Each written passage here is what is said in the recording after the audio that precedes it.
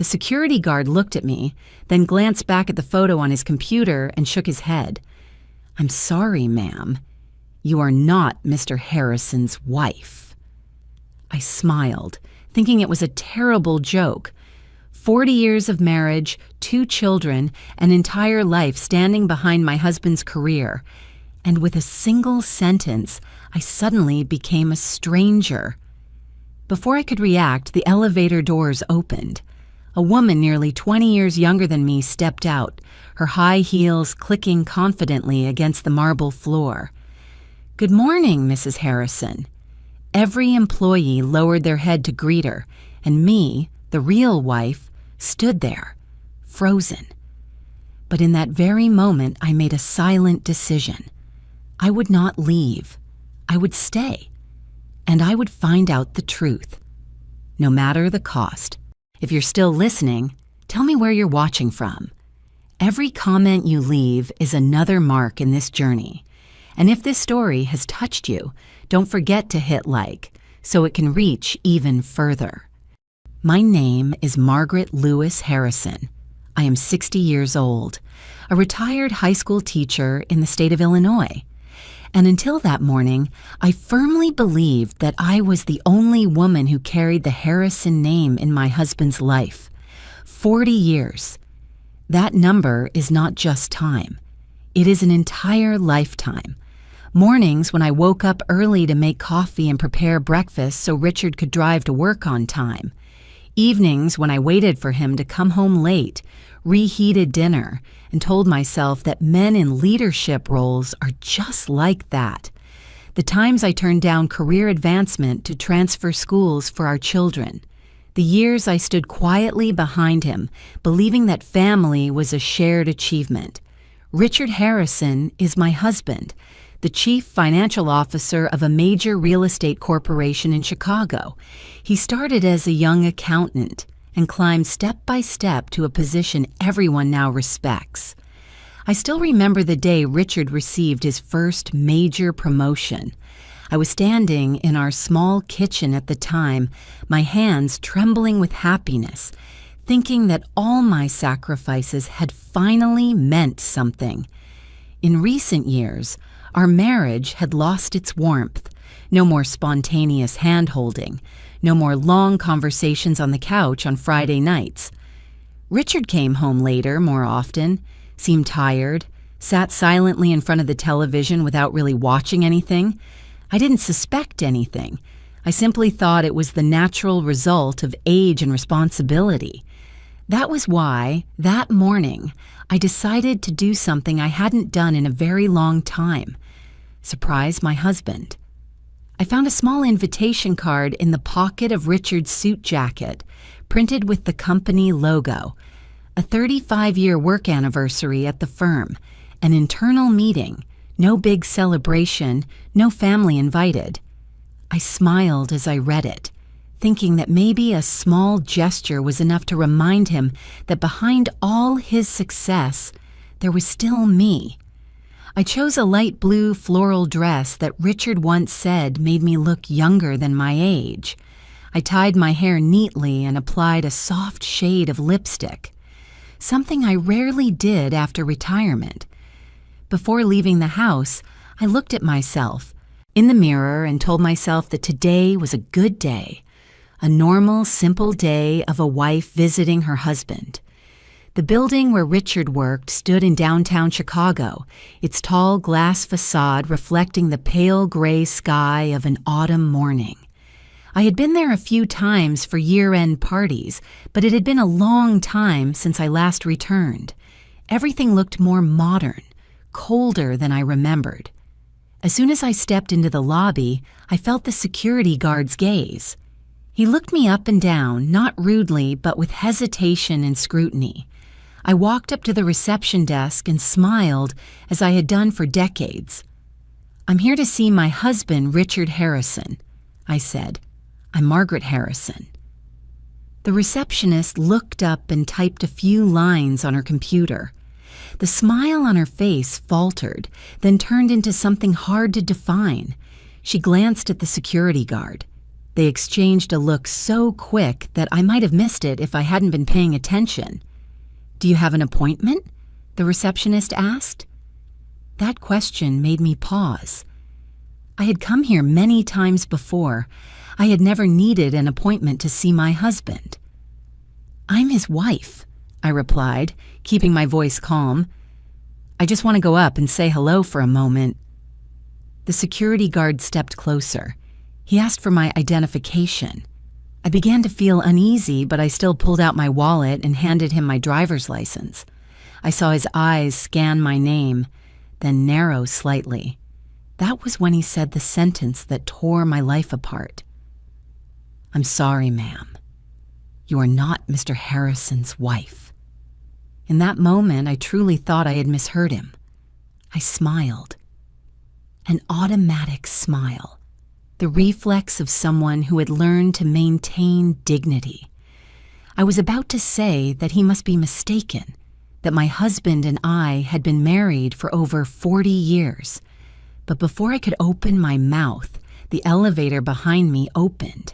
That woman stepped out, younger than me, in her early 40s, brown hair neatly styled, a well-fitted office dress, the confident posture of someone completely at home in this space. She didn't look at me. She looked straight at the receptionist and the security guard. "Good morning, Mrs. Harrison." The way they said that name, Harrison, was so light, so natural, as if it were the most obvious thing in the world. She nodded in response and walked on unhurriedly. No one asked for her identification. No one stopped her. In that moment, I didn't cry. I didn't scream. I stood still. It felt as if all the sound around me had disappeared, leaving only the steady click of her high heels against the marble floor, each step striking directly into my chest. I understood one thing very clearly. This was not a secret affair, not a momentary mistake. That woman had a position. She had recognition, at least in this building.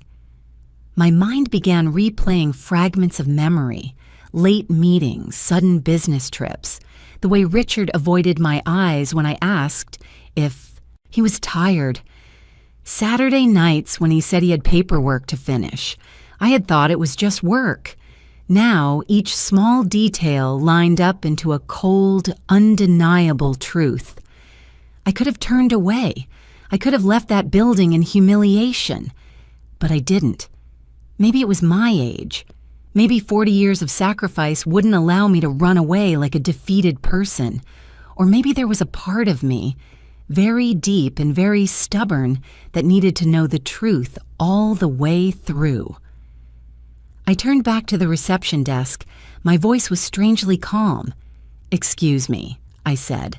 "I have a short interview with Human Resources. I arrived a little early." The receptionist looked at me, hesitating for a few seconds. Maybe I didn't look like a troublemaker. Maybe my age made them careless.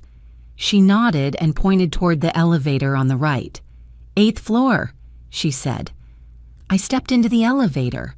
The doors closed, reflecting my face in the dull metal surface. A 60-year-old woman, hair streaked with gray, eyes no longer as gentle as before. I pressed the button, feeling my heart pound so hard it seemed anyone standing beside me could hear it. As the elevator began to rise, I understood that I had willingly stepped into my own nightmare. But I also knew that from this moment on, I would no longer be the woman who closed her eyes and trusted blindly.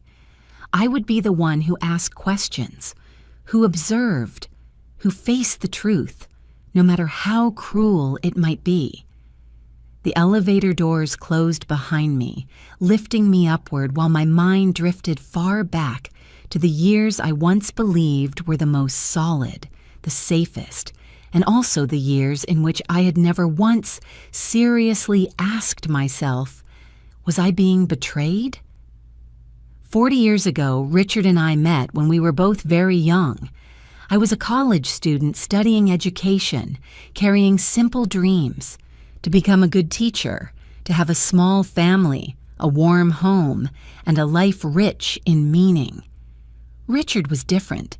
He was ambitious, driven, always looking ahead, but it was that very difference that drew us together. I believed love could fill any gap. We married when I was 23. The wedding was small, not lavish. A simple ceremony in a local church with family and close friends present. I still clearly remember the moment Richard held my hand and whispered that he would take care of me for the rest of his life. I believed him completely without a single doubt. At that age, I thought that as long as two people tried together, nothing was impossible. The early years of marriage were not easy. Richard started his career at a very low position. The pay was modest, the pressure high. I taught full-time, managing the household and saving every dollar. There were evenings when we sat at a small dining table, eating simple meals, talking about the future as if it were guaranteed. All we needed was a little more patience. When our children were born, life became even busier. I once had the opportunity to take a senior academic position at my school, a step many colleagues dreamed of, but it would have meant staying later, attending weekend training programs, and traveling often. Richard was at a crucial stage of his career. After many sleepless nights, I turned down the opportunity. I told myself the family needed me more, that there would be time for myself later. One refusal, then another. Gradually, I became used to stepping back, not because I was forced, but because I believed it was the right choice. Richard needed a stable support system. The children needed a mother who was always present, and I was proud that I could be that person. Richard advanced year by year. Every time he was promoted, I was the first to hear the news. I was the one standing in the kitchen, opening a bottle of wine, cooking better than usual meals to celebrate. I remember the light in his eyes, the way he held me and said he couldn't have done it without me. Those words became my emotional anchor, convincing me that every sacrifice had value. Over time, a distance began to form between us. Very slowly, very quietly, so quietly that I didn't notice at first. Richard worked more. Meetings ran longer. Business trips became more frequent. At first, he still told me about his work, his colleagues, the pressures of his new role. I listened and encouraged him, as I always had. But those stories gradually became fewer. Richard came home later, ate dinner in silence, sometimes only nodded instead of answering. I asked if he was tired. He said he was fine. I asked if he needed rest. He said the work wasn't finished. I became used to not asking more. In recent years, Richard's changes became more obvious. He often came home very late. Some nights I was already asleep when he returned, and in the morning he left before I woke up. We lived under the same roof, but the time we truly spent together grew smaller and smaller. I saw his fatigue, his fading smile, the sense that he was always somewhere far away, even when sitting across from me. I once wondered whether we were slowly becoming strangers, but the thought never lasted long. I pushed it aside, convincing myself that this was normal for couples who had been together for decades. That passion couldn't last forever. That mature love was quieter and more enduring. I told myself Richard worked hard for the family, for the children, for the future. I believed his exhaustion was the price of success, and I accepted that price, as I had accepted so many things throughout this marriage. We no longer had big arguments, no more fights. Everything was smooth to the point where I once thought it was a good sign. No conflict, no drama, a stable, peaceful marriage. I called it safe. I never doubted Richard's loyalty. Not because I was naive, but because I believed some men, no matter how many temptations they face, still keep boundaries. Richard was always principled. He wasn't the type who enjoyed parties, who showed off, who flirted. At least that was how I saw him. I never checked his phone, never tracked his schedule. I respected my husband's privacy and believed that respect was the foundation of a lasting relationship. I believed that if he had something to say, he would tell me. That absolute trust became the perfect blindfold. It made me overlook the smallest signs. When Richard changed his computer password, I thought it was a company security requirement. When he took his phone into the bathroom, I thought it was a harmless habit. When he replied to late-night messages evasively, I thought it was work. I built a world for myself where everything had a reasonable explanation, where there was no place for betrayal. I believed that after 40 years, if something were wrong, I would feel it. I trusted my intuition, not knowing that intuition can be numbed by habit and long-standing trust. Standing in the rising elevator, I suddenly realized that the most painful thing was not seeing another woman called Mrs. Harrison. The most painful thing was realizing that for many years I had lived in a false sense of safety, that I had placed my entire trust in a marriage whose foundation I had never once examined. I don't blame myself for believing. Belief itself is not wrong. But I began to understand that it was precisely that unconditional trust that made today's shock so brutally cruel. If I had ever doubted, perhaps I would have been mentally prepared. If I had ever asked questions, perhaps I would not have stood frozen in that lobby.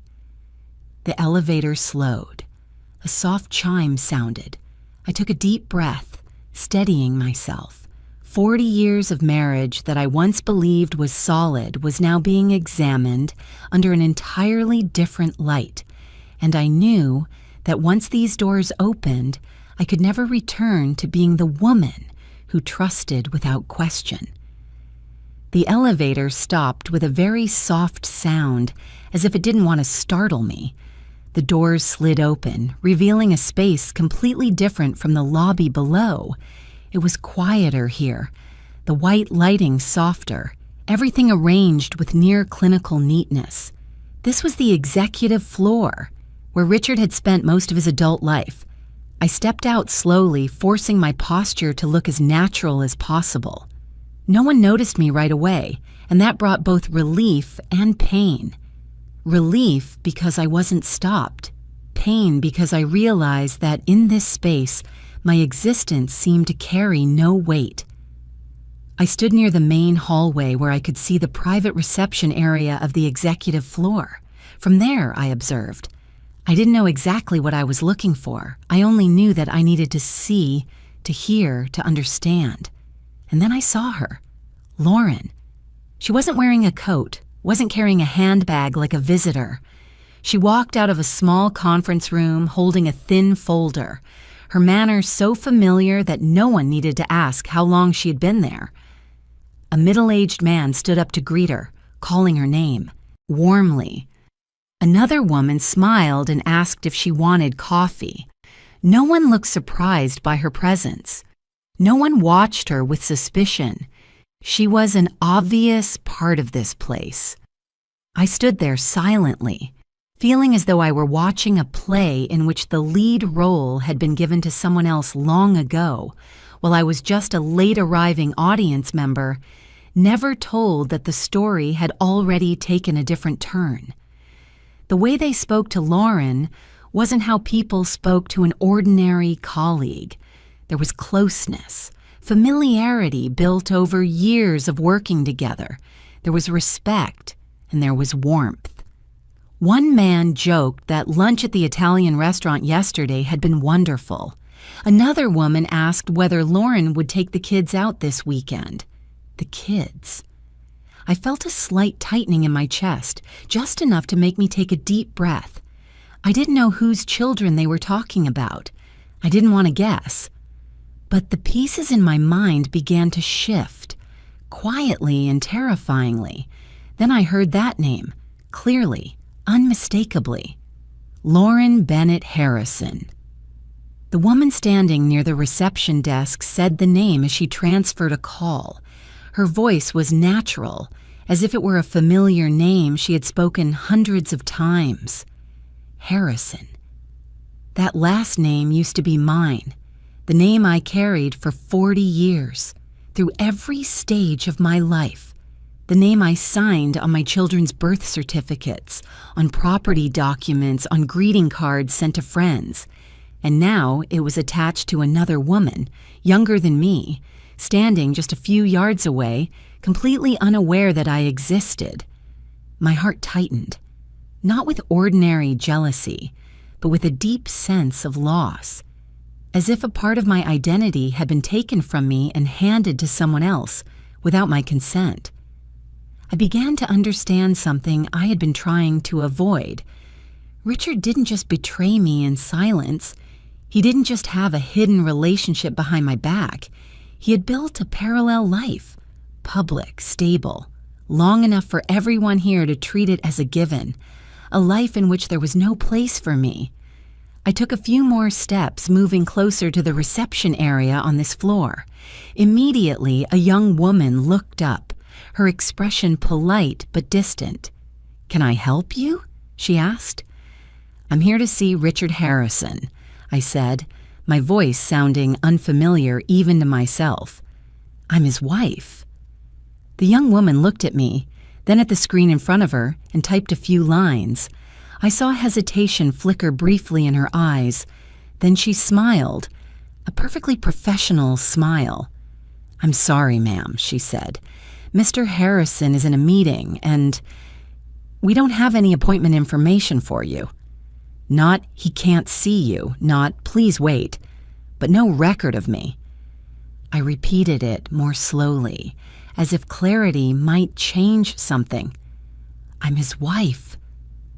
The young woman tilted her head slightly, a trace of confusion crossing her face, then turned to a man standing nearby, probably an assistant.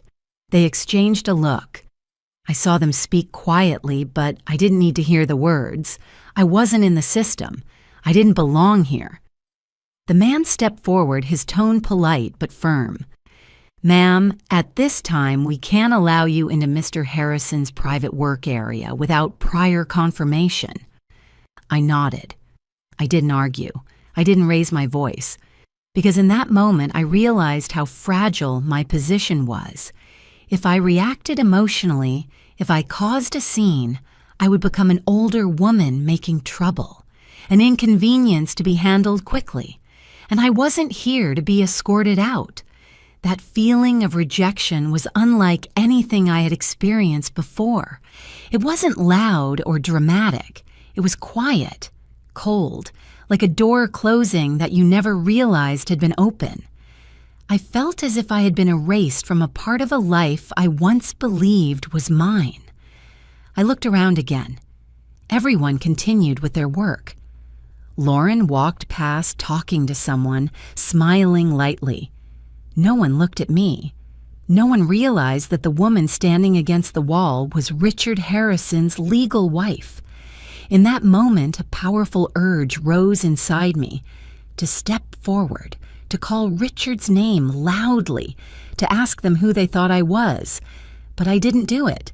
I had lived long enough to know that impulsive reactions rarely bring the truth. They only bring chaos. I chose silence. Silence not because I was weak, but because I needed to observe. I needed to remember every detail, every look, every word.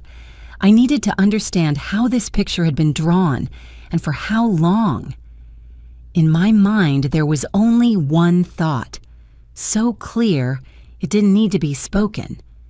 I needed evidence, not for revenge, not to humiliate anyone, but to protect myself, so that when I faced Richard, and I knew that day was coming very soon, I wouldn't have only emotions, but facts. I stood there a few more minutes, long enough to be certain this wasn't a misunderstanding that could be explained with a simple apology. Then I turned and walked toward the hallway leading to the conference rooms. My heart beat slower than before, but heavier. Each step carried a new realization. The marriage I once believed was solid had been built on spaces I was never invited into. And I understood that from this moment on, I was no longer a woman living in blind trust. I was someone standing in a place that didn't belong to her, quietly gathering the pieces of a truth that had been hidden for many years. I stood still for a few more seconds, long enough for my heartbeat to slow. No one noticed me. In this place, the silence of an older woman didn't spark curiosity or concern. I realized that was both cruel and my only advantage right now. I continued down the hallway leading into the executive meeting area. When the receptionist on this floor looked up again, I lowered my head slightly and smiled, keeping my voice low and steady. I arrived early for a short discussion with human resources, I said, avoiding direct eye contact. They told me I could wait in this area. She hesitated for a moment, then nodded. Maybe I looked more like a retired teacher than a troublemaker. Maybe no one imagined that a woman my age would have any reason to cause problems on the executive floor. I walked past without being stopped. The hallway was long and quiet, covered in dark gray carpet, evenly lit with no windows. Conference rooms lined both sides, their frosted glass doors revealing long tables, black leather chairs, ceiling-mounted projectors. The faint smell of coffee hung in the air, so familiar it hurt. Richard used to tell me that the smell of coffee at the office helped him stay alert. I had made coffee for him every morning, for decades. I slowed my steps when I heard voices ahead, not Richard's, but voices I guessed had known him for a long time. I stopped at the corner of the hallway, leaning close to the wall, a habit formed during my years as a teacher. Listen before entering an unfamiliar space. "Is Mr. Harrison having lunch with Lauren today?" a man asked casually. "Of course," a female voice replied with a hint of teasing. "Every Thursday. Their usual restaurant." There. The word was soft, but it landed like a weight on my chest. I pressed my back against the wall, my hand unconsciously tightening around my purse strap. I couldn't see them, only hear their voices. Natural, unguarded. "I heard Lauren made the reservation earlier today," the man continued. "Sounds like they want to discuss something important." "Probably the new project," the woman replied. "Lauren always arranges everything so carefully for Mr. Harrison." I closed my eyes for a brief second. Lauren. That name was no longer distant. It echoed here with a familiarity I had never had, not whispered as a secret, not avoided, but part of the daily rhythm of this place. I stood there listening, each sentence like a slow, precise cut. They talked about lunch, about restaurants, about routines, small details that only long-term relationships have. No one lowered their voice. No one sounded cautious. Then the conference room door ahead opened. I didn't have time to step farther back. I stood still, half hidden by the wall. Richard walked out with two other men. He looked exactly as he always did. Dark suit, quick stride, the familiar face I had looked at for 40 years. In that moment, my heart tightened in a completely different way. Not panic, not trembling, but a terrifying stillness.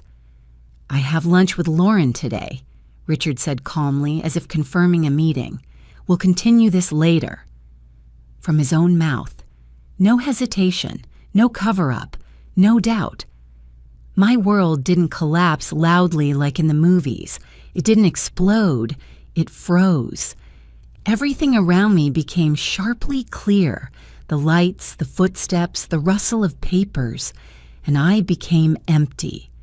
A cold sensation spread from my chest to my stomach, then through my limbs. I stopped shaking. I didn't want to cry. I just stood there as if part of me had stepped outside myself to observe everything from a distance. All doubt ended in that moment. No more maybe, no more what if, no more I'm overthinking. The truth stood right in front of me, so clear it didn't need any further proof. Richard didn't just betray me. He had lived another life, openly, in plain sight, among people I had never been introduced to. I watched him turn and walk toward his private office. None of the others noticed me. I was just a faint figure in a long hallway, someone who didn't belong here. And strangely enough, that helped me stay calm. I understood that if I kept standing there, hiding, I would always be an eavesdropper, always an outsider. I had seen enough to know I couldn't go home and pretend I hadn't heard anything, enough to understand that if I didn't confront this now, I might never get another chance. I took a deep breath, not to gather courage, but to keep my voice from shaking. I adjusted the strap of my purse on my shoulder, smoothed the skirt of my dress, a familiar reflex from years before stepping into a classroom. I was no longer a teacher standing before students, but I was still a woman who had lived long enough to know there are moments you cannot avoid. I stepped out from the shadows and walked straight toward Richard's office door. The door was slightly open. I saw his back as he placed a folder on the desk. His office was spacious, orderly, exactly his style. On the bookshelf were the economics books he used to read in the evenings. On the desk was a framed family photo, taken 10 years earlier before the children married. I had dusted that frame countless times. I knocked. Not loud, not soft, just enough for him to hear. "Come in," Richard said without turning around. I opened the door and stepped inside. The moment he turned and his eyes met mine, I knew I didn't need to say much anymore.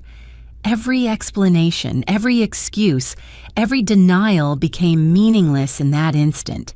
His face changed quickly, from surprise to shock, then to panic, a reaction I had seen many times before when students were caught cheating on a test. "Margaret?" he blurted out, his voice rough.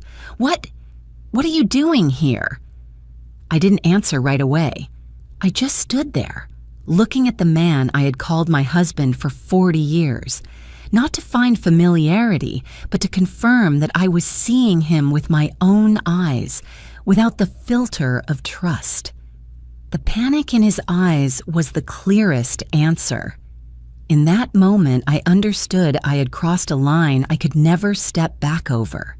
I was no longer the woman standing in the hallway listening to fragmented conversations.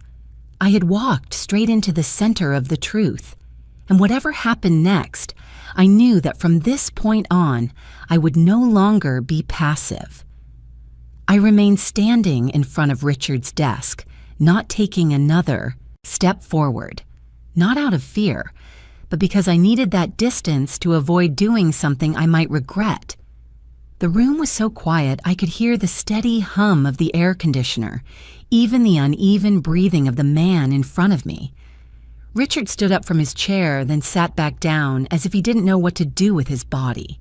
He ran a hand through his hair, a familiar gesture whenever he was unsettled. I had seen it countless times over 40 years whenever he faced a difficult decision. The difference now was that I was the one trapped without an escape. "Margaret," he said softly, his voice trembling. "I can explain." I nodded slightly, like a teacher allowing a student to begin an answer. I didn't sit down. I didn't lean on anything. I wanted to stay alert. "Go ahead," I said. My voice was so calm it surprised even me. "I'm listening." Richard swallowed hard. He glanced toward the door as if considering whether someone might overhear, then looked back at me. In that moment, I saw how much he had aged, not from years, but from the cracking of the solid shell I had once trusted. I met Lauren 15 years ago. He began slowly, each word dragged from his chest. During a long business trip in California. At the time, I wasn't looking for anything. It just happened. I didn't react. I didn't ask why. I just looked at him and let him continue. She worked with one of our partner teams, he said. Smart, calm. At first, it was just lunches, work discussions. I knew it was wrong, but I thought I could control it. I listened as if hearing a cold report. No extra details, no emotion, just a sequence of events arranged to sound reasonable. Then it went beyond control, he continued, his voice dropping. I tried to stop. I really did. My hand tightened around my purse strap. In my mind, I saw the evenings I sat alone in the kitchen, waiting for him to come home late, telling myself his work was always demanding. Lauren got pregnant, Richard said. The sentence fell between us without echo or sound, but I felt a heavy force press down on my chest. I didn't step back. I didn't cover my mouth. I just stood there, receiving it as a final truth that could not be undone. I panicked, he continued. I thought about telling you many times, but every time I looked at you, looked at the kids, I didn't know where to begin. I tilted my head slightly. So you chose not to tell me, I said. It wasn't a question. Richard nodded slowly. I thought, if I kept everything stable, if I didn't let it affect the family, then maybe that was the least harmful way. I gave a small laugh, not a happy one, but a very brief, quiet sound, like the reflex of someone who has just heard something too absurd to be real. You thought silence was a way to protect me? I asked. Or a way to protect yourself? Richard lowered his head, didn't answer right away. His silence said more than any explanation could. You live two lives, I said, each word clear. One with me, one with her, and you call that stability. I'm sorry, Richard said quickly. I never wanted to hurt you. I was afraid of losing you. I looked at him for a long time. Maybe for the first time in years, I wasn't looking at him as a wife, but as someone assessing the truth in front of her. You were afraid of losing me, I repeated. But you weren't afraid of losing honesty. You weren't afraid of losing trust. You weren't afraid of letting me live in a lie for 15 years. Richard reached out his hand, then stopped halfway, as if remembering that he no longer had the right to touch me. I arranged everything, he said. I thought I could manage it. Work, family, responsibilities. I never neglected you or the kids. I took a deep breath. Do you know that every time you said, I'll be home late tonight, it was a lie? I asked. Every time you said you had an unexpected business trip? Every time you walked into the house looking exhausted and silent? Richard didn't respond. I knew he understood. I suddenly realized that for 15 years, I had been living inside a script that was already written, one where I always played the trusting wife, and he played the hard-working family man. Every detail I had accepted without question now stood out clearly, sharply, impossible to deny. I didn't scream. I didn't cry. I didn't slam my hand on the desk. Maybe because my tears had already run dry the moment I heard Lauren's name spoken in the hallway. Or maybe because, in this moment, I no longer had the energy to be angry. I just felt deeply tired, as if I had walked a very long road to arrive at a place I could never return from. I didn't come here to argue, I said. and I didn't come here to listen to your justifications." Richard looked up, his eyes full of confusion. "Then, why did you come?" I looked around his office, the room where he had built his power, his reputation, and another part of his life. I thought of the family photo on his desk, the picture that now suddenly felt out of place. "I came to know the truth," I said, "and now I do."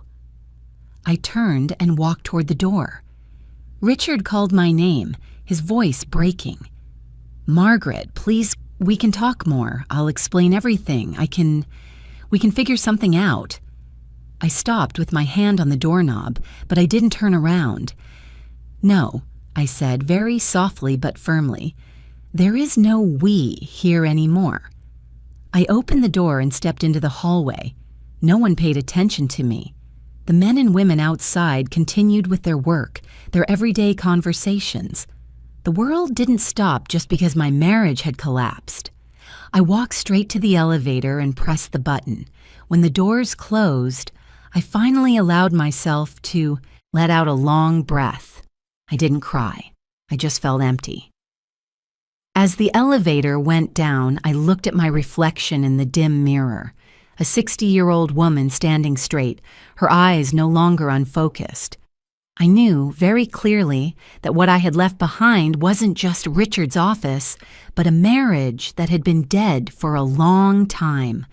Only today, I had officially laid it to rest, and I also knew that when I stepped out of that building, I would never return in my old role again. I walked out of the building when the sun was higher than when I arrived, but the light didn't make me feel any warmer. The wind swept across the plaza in front of the entrance, carrying early fallen yellow leaves that brushed lightly against my feet before drifting away. Everything continued as usual. Cars, pedestrians, distant horns. Only I felt as if I had been pulled out of a familiar orbit. I drove home in silence. No radio, no phone calls. I needed that quiet, like a fragile buffer between what I had just learned and what I was about to face. The road home was so familiar I could drive it without looking at the signs. I had taken this route for decades, driving the kids to school, going grocery shopping, coming home after teaching. Today, it felt longer than usual. The house came into view, the house I had once called home, the white-painted front, the maple trees in the yard that had grown tall over the years, their branches nearly covering the living room windows. I turned off the engine and sat in the car for a moment, my hands still on the steering wheel. Not because I wasn't ready to go inside, but because I wanted to remember this feeling, the feeling of standing in front of something familiar, knowing I was about to see it with different eyes. Inside, everything was the same. There was no sign that life here had ever been shared with another woman. Richard's coat still hung on the hook by the door. The shoes he wore most often were neatly placed under the shelf. The familiar scent of wood and mild cleaner still lingered in the air. If not for this morning, I would have thought everything was intact. I set my purse down on the table, took off my coat, and stood in the middle of the living room, unsure where to begin. I wasn't looking for an emotional outburst. I was looking for the truth. And I knew that if Richard had managed to hide another life from me for 15 years, there had to be traces. I went upstairs and entered our bedroom. That room had once been the place where I felt safest. Now it was simply a space that needed to be examined. I opened Richard's closet. Everything was arranged as neatly as ever, suits hanging by color, shirts folded carefully, ties rolled in a drawer. Nothing looked unusual on the surface. I began searching through the drawers, calmly, without panic. I had taught long enough to know that the truth rarely sits in obvious places. I checked the pockets of old suit jackets, the lower drawers where Richard kept, things he rarely used. Then I saw it, A small, dark wooden box tucked deep inside, hidden behind thick winter socks. The box wasn't large, but it felt heavier than I expected when I picked it up. It had a small lock. I didn't remember ever seeing it before. Richard had never mentioned it. I tried to open it, but it was locked. In that moment, I didn't hesitate. I opened the vanity drawer, took out the small scissors I used to cut loose threads, and gently pried at the lock. There was a dry click. The lid popped open. Inside were neatly arranged documents, as if someone had carefully organized their secret life.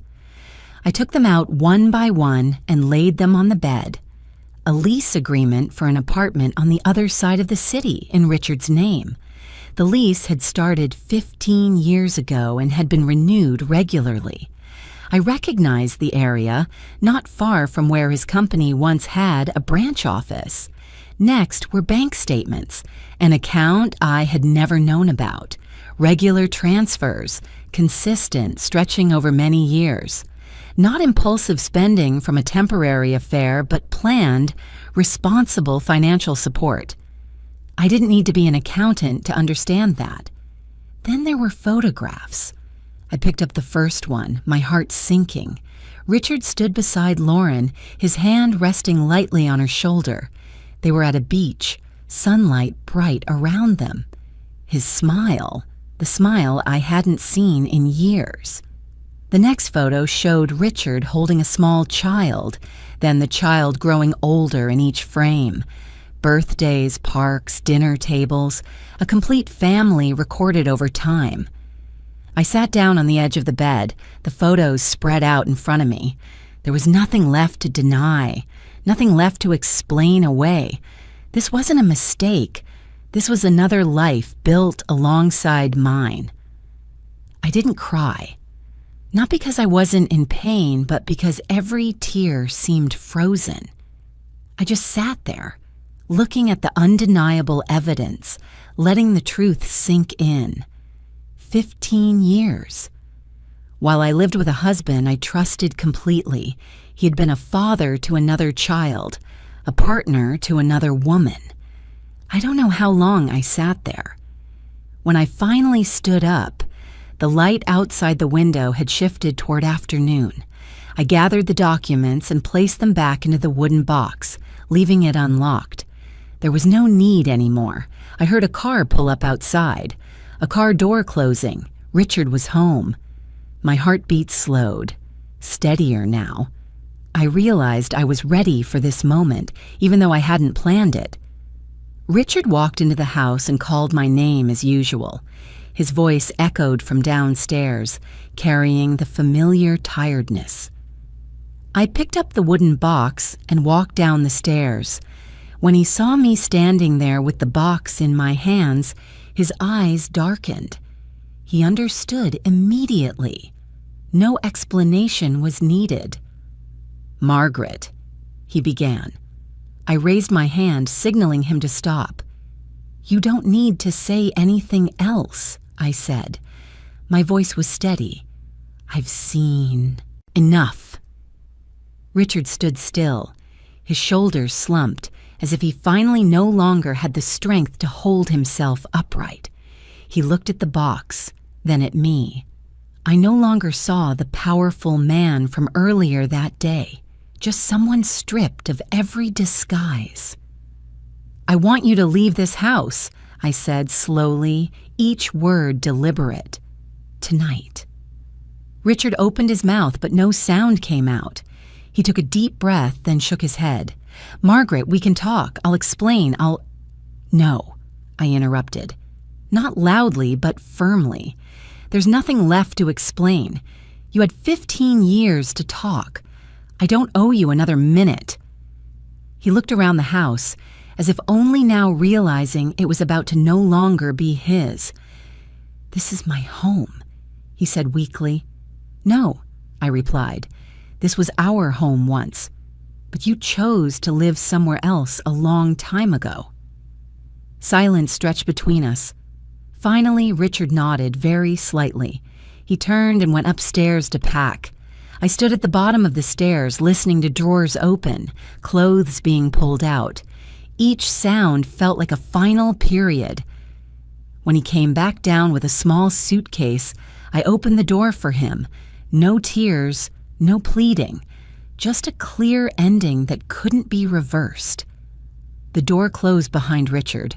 I stood there for a moment, my hand still on the doorknob. Then I turned back inside, closed the door, and locked it. For the first time in my life, I didn't compromise. I didn't convince myself to accept what was unacceptable. I didn't stay in a marriage that had been dead for a long time.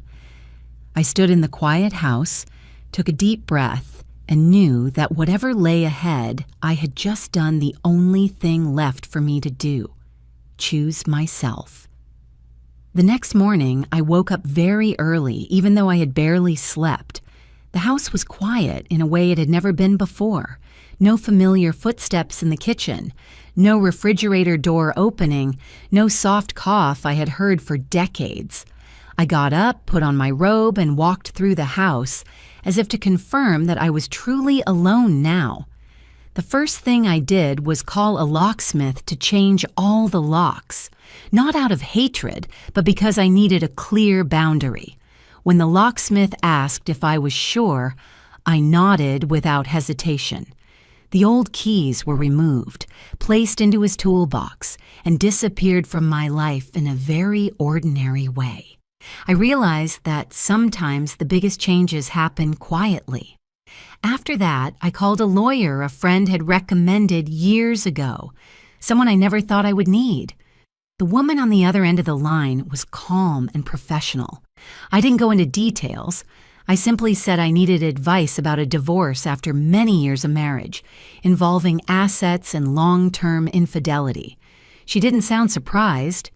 She just scheduled a meeting later that week. When I hung up, I sat still for a moment, realizing I had taken another step away from my old life. But the hardest part was still ahead. I called my 2 children, one by one. I asked them to come over that evening, saying I had something important to talk about in person. My voice sounded normal, even to me. Maybe because if I had let the emotions surface then, I wouldn't have been able to finish the sentence. Both of them sensed something was wrong, but neither pressed for details. The afternoon passed slowly.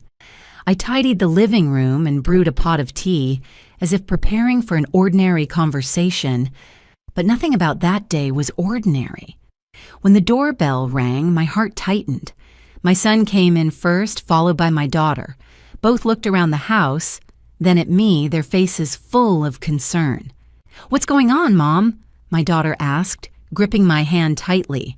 I motioned for them to sit down. I sat across from them, my hands resting on my knees. I took a deep breath. I had stood in front of classrooms for decades, spoken about difficult topics with students, but I had never felt that telling the truth could be so heavy. "Your father doesn't live here anymore," I began. Both of them froze. My son frowned. "Did Dad go on a business trip?" I shook my head slowly. "No, your father has been living another life for 15 years. The air in the room thickened. I saw my daughter's eyes widen, as if she didn't understand what I had just said. My son sat up straight, his voice tense. "What are you saying?" I didn't go around it. I told them, without embellishment, without excuses. I spoke about the other woman, about 15 years of lies, about a child born from that relationship. I didn't give unnecessary details. I only said what needed to be said, what they had the right to know. When I finished, the room fell silent. My daughter lowered her head, tears falling onto her sleeve. My son stood up abruptly, pacing the room, his hands clenched. "That's impossible," he said. "Dad wouldn't do that." I stood up and placed my hand on his shoulder. "I used to think so too," I said softly. That moment hurt more than anything Richard had done to me. Watching my children, who had trusted their father completely, now forced to face this truth, felt like my heart was being torn apart. His betrayal of me was one thing, but the collapse I saw in my children's eyes, that was what nearly took my breath away. Does that mean we have a sister? My daughter asked, her voice shaking. I nodded. Yes. The answer left them both silent, not out of jealousy, but because too many emotions collided at once. Shock, confusion, pain, and a sense of loss they couldn't yet name. She's not at fault, I said immediately, before anything else could be said. No matter how hard this is to accept, that child is completely innocent. She didn't choose the circumstances she was born into. My son stopped pacing and looked at me. There was an anger in his eyes I had never seen before. Dad did this to you, he said. He did this to our family. I nodded. I know, but I won't turn this into a campaign to destroy him. I don't need to tear your father down to prove anything. The truth is heavy enough on its own. I looked at each of them. Your father was wrong. Very wrong. But I don't want you to carry hatred for the rest of your lives. You have the right to be angry, the right to be disappointed. But I hope you remember that how you face this also says something about who you are. My daughter broke down, leaning into my shoulder. I held her, feeling her body tremble. My son stood there, eyes red, struggling to hold himself together. I knew each of them was reacting in their own way. There was no right or wrong response in that moment. My family, my daughter choked up. Are we still a family, Mom? I stroked her hair, my voice slow but steady. Our family has been hurt, but we haven't lost our dignity. I haven't lost myself, and neither have you. I looked around the room, the place that once held laughter, dinners, and conversations that seemed ordinary at the time. A family isn't defined only by a marriage, I said. It's defined by how the people in it treat one another when everything falls apart. We sat together for a long time that night. There were questions I couldn't answer. There were emotions I could only listen to. I didn't force my children to forgive. I didn't ask them to take sides. I only said that I had made a decision for my own life and I would take responsibility for it. When my children left, the house fell silent again. But this time, I didn't feel as empty as I had the night before. I was exhausted, but it was a meaningful kind of exhaustion. I knew I had just been through one of the hardest conversations of my life, and I hadn't avoided it. I stood in front of the mirror in the bedroom and looked at the woman reflected there. No longer a wife standing behind a successful man. No longer someone who constantly compromised to keep the peace. I saw a woman standing upright, even though her shoulders were still heavy. My family had fallen apart in a way I never imagined, but I wasn't broken. I hadn't lost my self-respect, and in that moment I understood that from this day on, I would no longer live as Richard's wife. I began to stand up, not with anger, but with the clarity of a woman who had finally chosen to step out of someone else's shadow and walk on her own feet. 3 days after the night I told my children the truth, when the house had finally returned to the slow rhythm of someone living alone, my phone vibrated. An unfamiliar number. I stared at the screen for a long time before answering, as if my body already knew who was on the other end. Margaret? A woman's voice said, low and hesitant. This is Lauren. I didn't answer right away. I sat down in the armchair near the window where the afternoon sunlight usually slanted through the curtains. In that moment, I didn't feel angry. I just felt deeply tired, as if I had walked a long road without stopping to rest. I know, I said after a few seconds. My voice was calm, not trembling at all. Richard told me, That you know everything now, Lauren continued.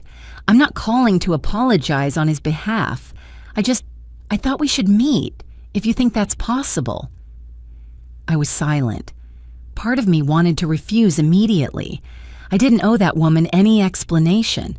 But another part of me, the part that no longer ran away, understood that some meetings aren't for reconciliation, but for closure.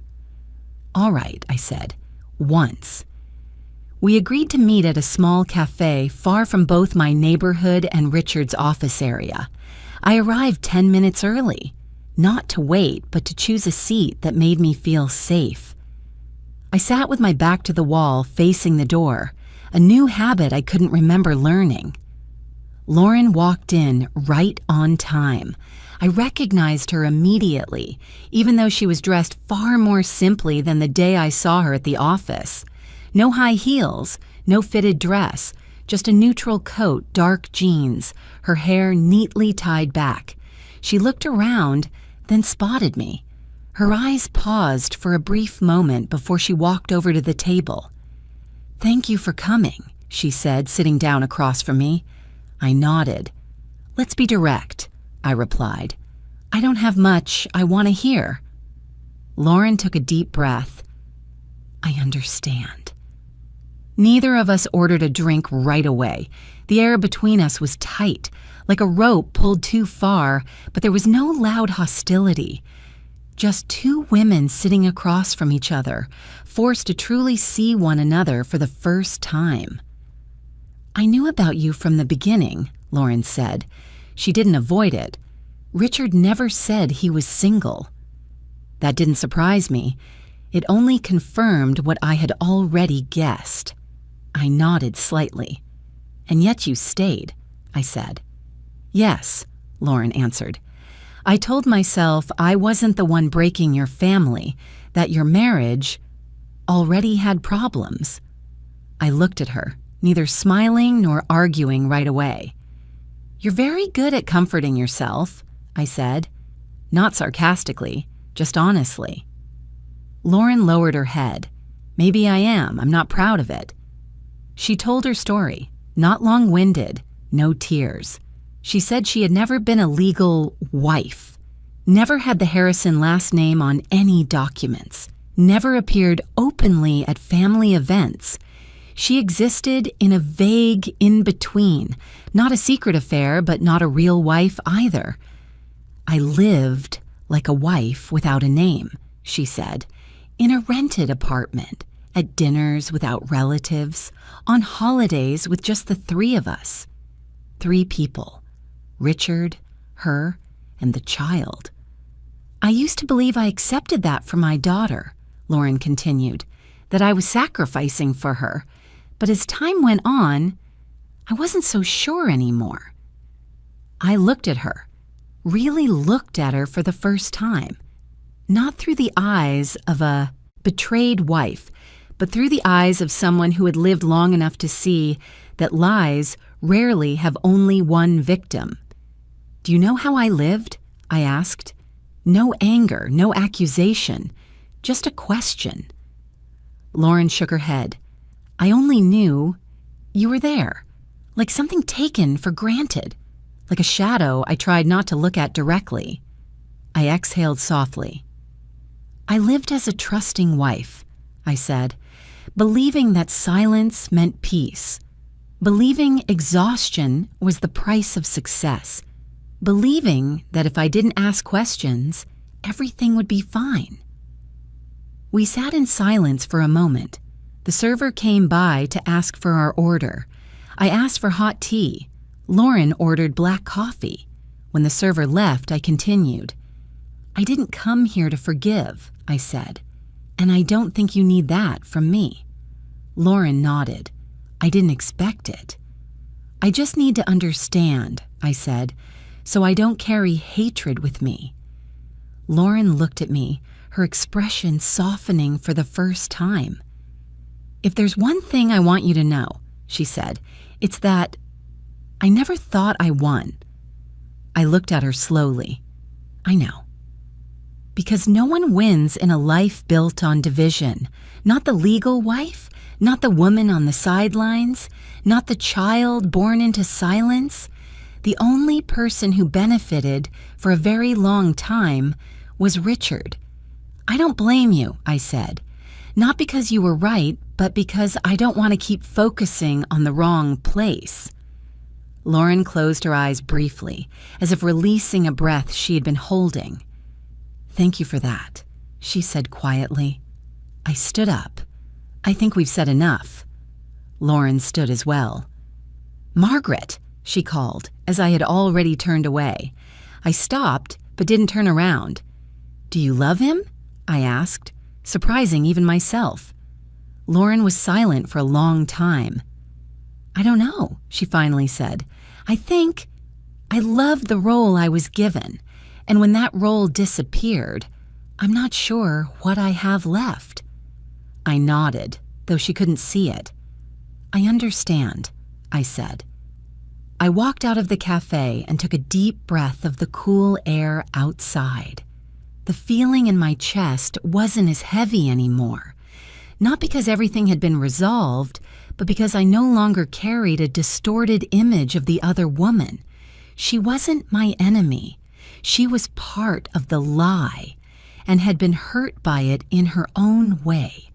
The misplaced focus had never been on the two women standing on opposite ends of the story. It was on the man who chose silence for 15 years and called it protection. As I drove home, I realized my hands were no longer shaking. There was no tightness in my throat. I didn't forgive, but I didn't carry hatred either. And for me, at this stage of life, that already felt like a form of freedom. After that, time moved at a different pace, slower but clearer. No more days of waiting and uncertainty. No more guessing what time Richard would come home, whether he was tired, whether he was busy. My life no longer revolved around someone else, and at first that left me more confused than relieved. The divorce process moved faster than I expected, perhaps because Richard didn't resist. He signed every document quietly, exhausted. The assets were divided fairly, according to the law and according to what I deserved after 40 years together. The house remained mine. Part of his retirement was reallocated. There were no loud arguments, no painful tug of war. Everything ended in a cold, almost administrative way. And perhaps that was the most fitting end for a marriage that had been dead for a long time. The day I held the divorce decree in my hands, I didn't cry. I didn't feel victorious either. I only felt a door closing behind me, softly but decisively. I stood outside the lawyer's building, watching people pass by, and for the first time in many years, I had no one to call, no one to share that moment with. And strangely, I didn't feel as empty as I had feared. In the days that followed, I began doing very small things, but for myself. I cleared out the room that had once been Richard's office.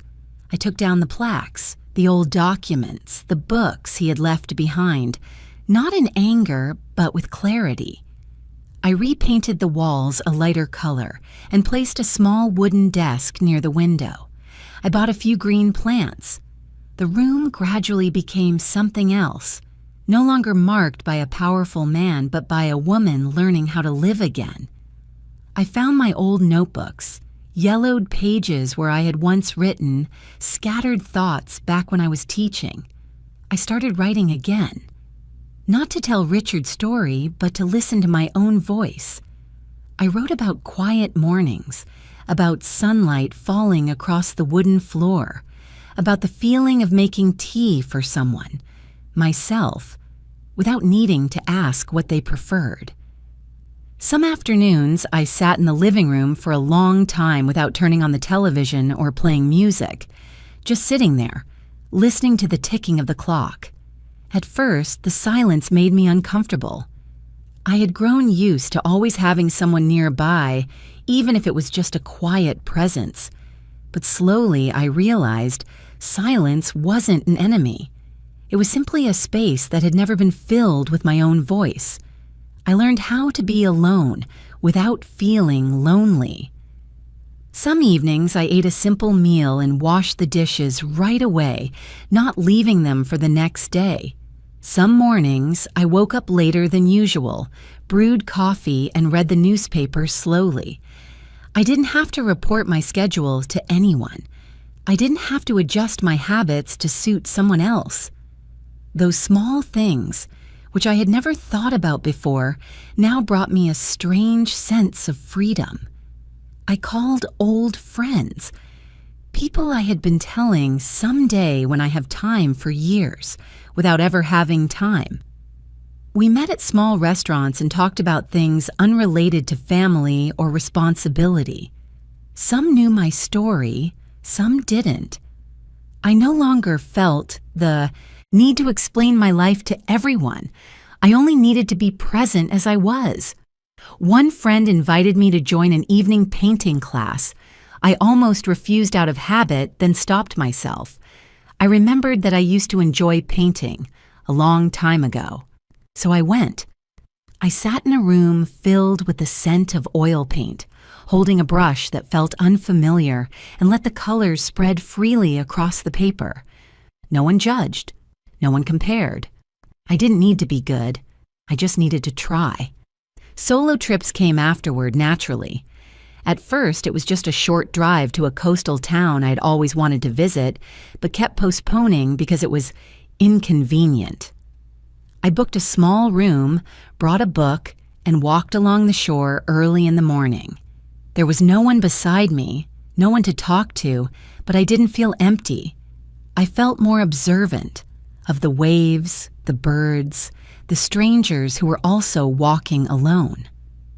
On those trips, I began to look back on my life through a different lens. I wasn't only a betrayed wife.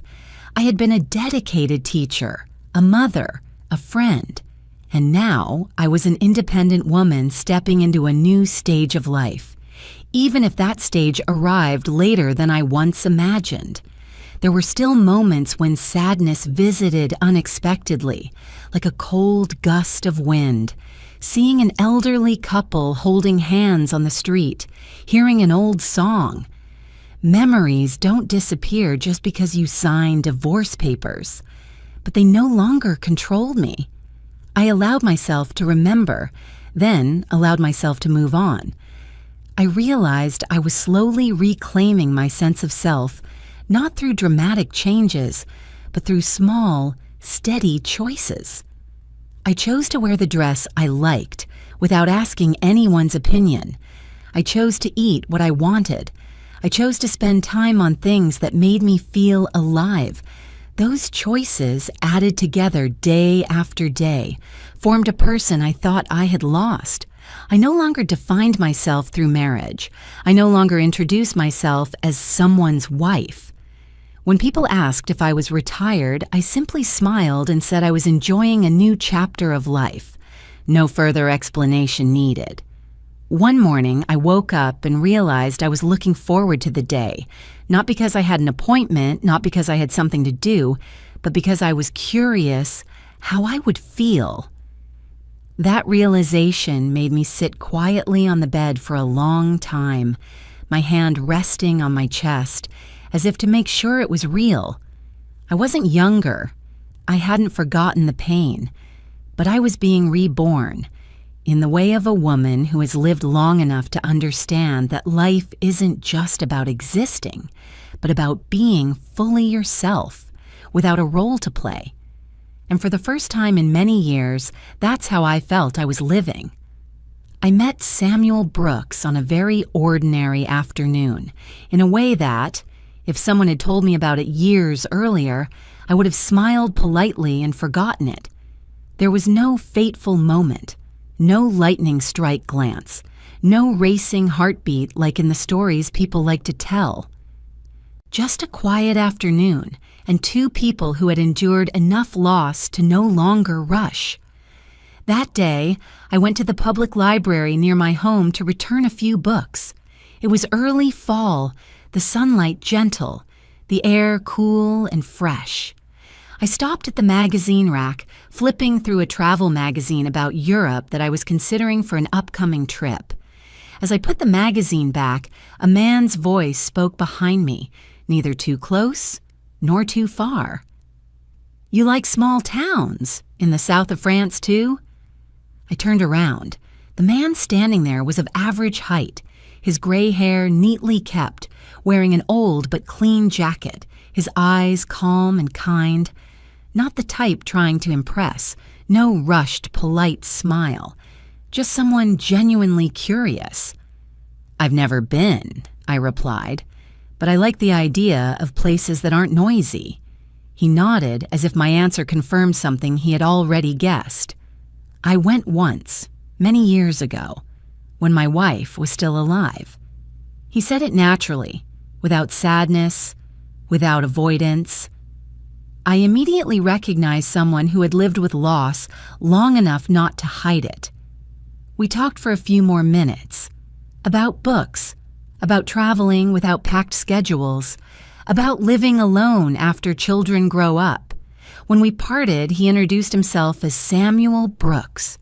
I simply nodded and smiled, not thinking that the brief conversation would continue. But a week later, I saw him again at the same library. This time, we sat at a table near the window, each reading a different book, occasionally exchanging a few scattered remarks. No one asked for a phone number. No one suggested meeting again. Just the presence of two people who didn't feel uncomfortable sharing silence together. Everything unfolded so slowly, it was almost unnoticeable. A coffee afterward, then another walk in the park. Samuel always walked half a step slower than I did, as if unconsciously adjusting his pace to match mine. He never asked intrusive questions. He wasn't overly curious about my past. When I spoke, he listened. When I was silent, he didn't try to fill the space. No promises were made. No lines like, "We will be this," or "our future." And strangely, that was exactly what made me feel safe. I had lived with too many empty promises, words used to postpone the truth. With Samuel, there were no expectations placed on my shoulders. We met only when we both wanted to. Some weeks we didn't see each other at all. Some days we exchanged just a short message. "The weather is nice today." No one complained. No one checked up on the other. No one demanded anything. What made me realize the biggest difference wasn't in gestures, but in how I was listened to. When I spoke, Samuel didn't interrupt. He didn't rush to give advice. He didn't compare my story to anyone else's. He listened as if what I said truly mattered, not as something to endure until it was his turn to speak. Once, when I was talking about the years I had lived in silence in my former marriage, I stopped halfway, afraid I was saying too much. Samuel looked at me and said very softly, "You don't have to summarize your life for me. I have time." That sentence made me turn my face away for a moment, not because I was overwhelmed with emotion, but because I realized how long it had been since anyone had told me they had time for me, not out of obligation, but by choice. I told my children about Samuel after a few months, not to ask permission, but because I didn't want to hide anything. My daughter listened carefully, then smiled. "You look different, Mom," she said, "not because there's someone new, but because you feel lighter." My son asked a few more practical questions, as was his nature. What Samuel did, where he lived, whether he was serious. I answered honestly. I didn't know, and I didn't need to know right now. What reassured me was that neither of them objected. They could see that I wasn't losing myself in this relationship. I still lived in my own house. I still had my own routine. I still traveled alone. Samuel was part of my life, not the center of it. Once he asked if I'd like to go with him to a small concert in a nearby town. I agreed. We sat next to each other in the small hall, soft lights, music flowing slowly. Samuel didn't hold my hand. He simply rested his hand on the armrest, close enough for me to know he was there. I didn't feel like I was starting over. I felt like I was continuing, but as a different version of myself, a version that didn't need to sacrifice herself to keep the peace, didn't need to stay silent to avoid conflict, didn't need to play the role of the understanding woman by accepting everything. Samuel didn't make promises. He didn't talk about a distant future, but he was always there at the right moments. When I caught a cold, he brought over a bag of hot soup and left it at the door, not coming inside unless I invited him. When I traveled, he wished me a good trip and didn't ask who I was going with. When I came back, he listened to my stories without impatience. Happiness came to me very gently. It didn't overwhelm me. It didn't make me lose my guard. It was simply a sense of peace, knowing I could share space and time with someone without having to make myself smaller.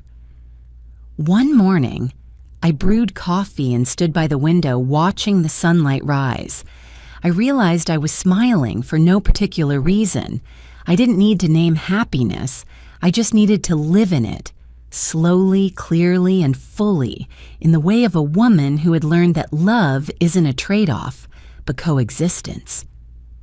I received a call from my son early one morning, when the house was still wrapped in a thin layer of quiet.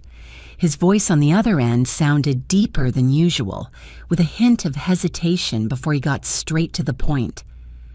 "Mom, Dad's been hospitalized." I was silent for a few seconds, not because I was shocked, but because I needed to identify my own feelings. The news didn't panic me.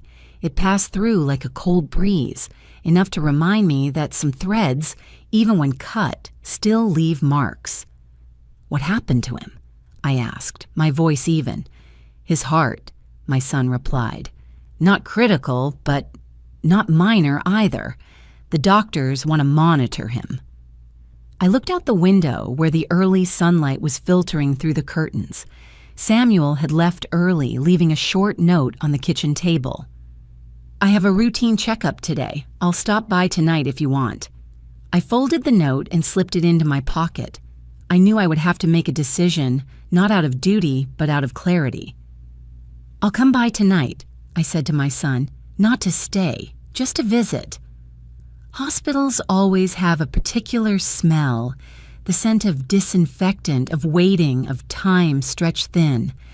I walked into the lobby and followed the signs to the cardiology ward. Every step was steady. I wasn't going as a wife.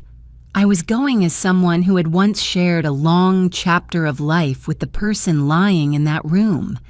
When I arrived, both of my children were already there. My daughter stood up first and hugged me lightly. My son nodded, his fatigue clearly visible. I spoke with the doctor, listened to the necessary information. Stable condition, needs rest, needs time. Familiar, neutral words carrying no emotion. Then the hospital room door opened. Lauren was standing there. She looked different from the last time I saw her. Thinner, dark circles under her eyes, her hair hastily tied back. Beside her stood a teenage girl, reserved, her hands clasped together. I recognized her immediately. No introduction needed. The child had Richard's eyes. The space between us froze. Two families, two lives that had once run parallel, now collided in a narrow hallway. There were no polite greetings, no challenging looks, just the heavy awkwardness of people placed in a situation no one had wished for. My daughter stepped forward naturally. "I'm Anna," she said to the girl. "If you want, we can sit together." The girl looked up at Lauren, then at Anna, and nodded very slightly. That moment tightened my chest, not with pain, but because I saw something adults often forget: Children don't carry adults' histories. They only carry their own confusion. I looked at Lauren. She looked back at me, her eyes no longer guarded, only tired. We didn't speak. There was no need. When it was my turn to go into the room, I went in alone. Richard lay on the bed, looking smaller than I remembered, not because illness had weakened him too much, but because in that stark white space, there were no titles, no roles, just a person. He opened his eyes when he heard the door. His gaze settled on me, startled at first, then softened. There was no panic, no expectation. "You came," he said, his voice hoarse. "Yes," I replied. I pulled a chair closer and sat down, keeping a respectful distance. "How are you?" "Better than this morning," he said. "The doctor says I need rest." We sat in silence for a moment, the steady hum of machines, footsteps in the hallway. I didn't know what I had come to say, but I knew I hadn't come to accuse him. I thought, "You wouldn't come," Richard said quietly. "I came," I replied without emphasizing the subject, "but not in the way you think." He looked up at the ceiling and took a deep breath. "I've thought a lot," he said, "in the past few hours. Times like this usually make people think," I said. "I regret it," he said, turning to look at me. "Not just because everything fell apart, but because I thought I could control everything. I was wrong." I looked at him without avoiding his gaze. "I know." "I don't expect you to come back," he said quickly, as if afraid I might misunderstand. "I know, that's over." I exhaled, relieved by those words. "Yes," I said, "it's over." There were no pleas to return, no late promises, just the bare acknowledgement of someone who had reached the end of a life built on lies and realized it led nowhere. "Are you happy?" Richard asked very softly. The question came unexpectedly, but it didn't upset me. I thought of gentle sunlight in the morning, of coffee by the window, of Samuel in the way he never rushed to take up my space. "I'm at peace," I said, "and that's enough." Richard closed his eyes. I didn't know what he was thinking, and I didn't need to know. I stood up. "I'll let you rest," I said. "The kids are outside." He nodded. "Thank you for coming." I didn't reply. I just smiled very faintly and turned away. When the door closed behind me, I knew that was the last time I would step into the role of his past. There was nothing left to say. Out in the hallway, Lauren stood up when she saw me. She didn't come closer. She just looked at me, as if waiting for a signal. I nodded slightly. Not reconciliation, but acceptance that we had passed through the same pain in different ways. "Thank you," Lauren said. Just one word. I nodded again. "Take care of the girl," I said. "She needs stability." Lauren nodded, her eyes reddening. I turned to the girl. "You have beautiful eyes," I said. She looked surprised, then smiled shyly. That was enough. When I left the hospital, I paused outside for a moment and took a deep breath of the evening air. I called Samuel. "I'm done," I said. "I'm okay." "I'm on my way," he replied. "No rush. Take your time." I ended the call and walked slowly toward the parking lot. No resentment. No clinging. The past had knocked one last time, and I had opened the door, not to go back, but to see it out. As I drove home, the street lights came on one by one, illuminating the road ahead. I realized I was no longer carrying unanswered questions. I didn't need validation from my former life. I didn't need a dramatic ending. I only needed acceptance, and I had it. For the first time in many years, I felt truly free. The following spring arrived more gently than I expected. There was no grand moment marking it, no bells announcing a new beginning, just mornings with earlier sunlight, new buds appearing on the trees in the yard, and a sense of peace as I opened the windows and let the breeze flow through a house that now bore my own imprint. Samuel and I didn't talk much about big plans. We sat together at the kitchen table, spread out an old map, and marked a few places we wanted to visit when the weather warmed. A small coastal town he had once mentioned. A historic city I had always been curious about. No packed schedules, no long-term promises, just plans enough to make us smile when we thought about them. I liked the way Samuel asked for my opinion, listened, then nodded slowly, as if every choice deserved consideration. I no longer had to squeeze myself into someone else's plans. I was a companion, not someone walking behind. On weekends, my children and grandchildren came over more often. We cooked together, laughter filling the newly painted kitchen. I hung my paintings, placed green plants on the windowsills, replaced the sofa with a color I loved. The house was no longer a place that stored old compromises. It became a space shaped by choices I made with my own hands. Every corner told a new story, not loud, not showy, but warm enough to make people want to stay. Some afternoons, when everyone had gone home, I sat alone on the porch, listening to the wind move through the leaves. I realized I was no longer afraid of being alone. Silence was no longer a frightening void, but a place where I could rest. I knew how to brew a cup of tea just the way I liked it, when to go out and see others, and when to stay in. I didn't need anyone to fill my time. I just needed time lived at the right rhythm. Sometimes I looked back on the journey. From the moment I stood frozen in the company lobby, hearing someone else called by my title, to the night I changed the locks and told my children the truth, to the honest meeting with the other woman, to the day I signed the divorce papers and the first morning I woke up to a life no longer defined by marriage. I didn't romanticize the pain. I simply placed it where it belonged in memory, as pieces that had completed their purpose and no longer needed to be carried in my pocket every day. The greatest lesson I learned wasn't don't trust anyone, but don't lose yourself. Self-respect isn't loud. It shows up in small decisions, knowing when to say no, refusing to compromise with what hurts you, having the courage to stand upright before the truth. Identity isn't a label attached to a role. It's the inner feeling of living in alignment with your values, whether you're beside someone or alone.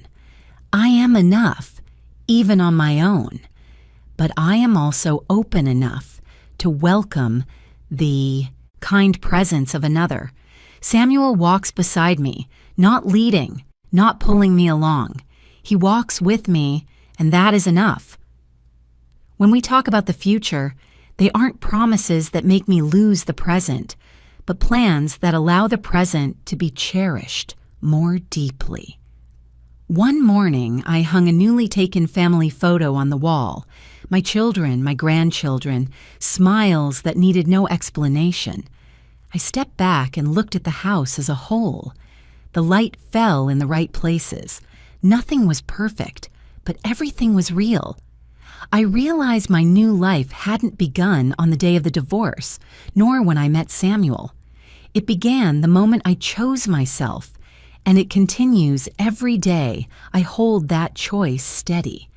A new life doesn't announce itself loudly. It opens quietly when we stop being afraid. I don't know what challenges lie ahead, but I know I will face them with steadier feet, a wider heart, and a simple belief that I deserve my own peace. If you've walked with me all the way to these final lines, I want you to know that your presence is not small. Somewhere out there, you may be listening to this story on a quiet evening or in the middle of a long, thoughtful day, and that's enough for us to meet in the same emotional rhythm. Where are you listening from? What city or country? Please tell me, so I can feel how far this journey has reached you. If, in the pages of life I've just shared, there was a moment that made you pause, nod, or see yourself reflected there, please leave a comment, even just one sentence. I read every word with gratitude. And if you feel this story has given you a little warmth, a little courage to choose yourself, please like the video and subscribe to the channel so we can meet again in future stories. Life doesn't end when we lose something. It truly begins when we dare to live in alignment with our values. Thank you for listening and for being here.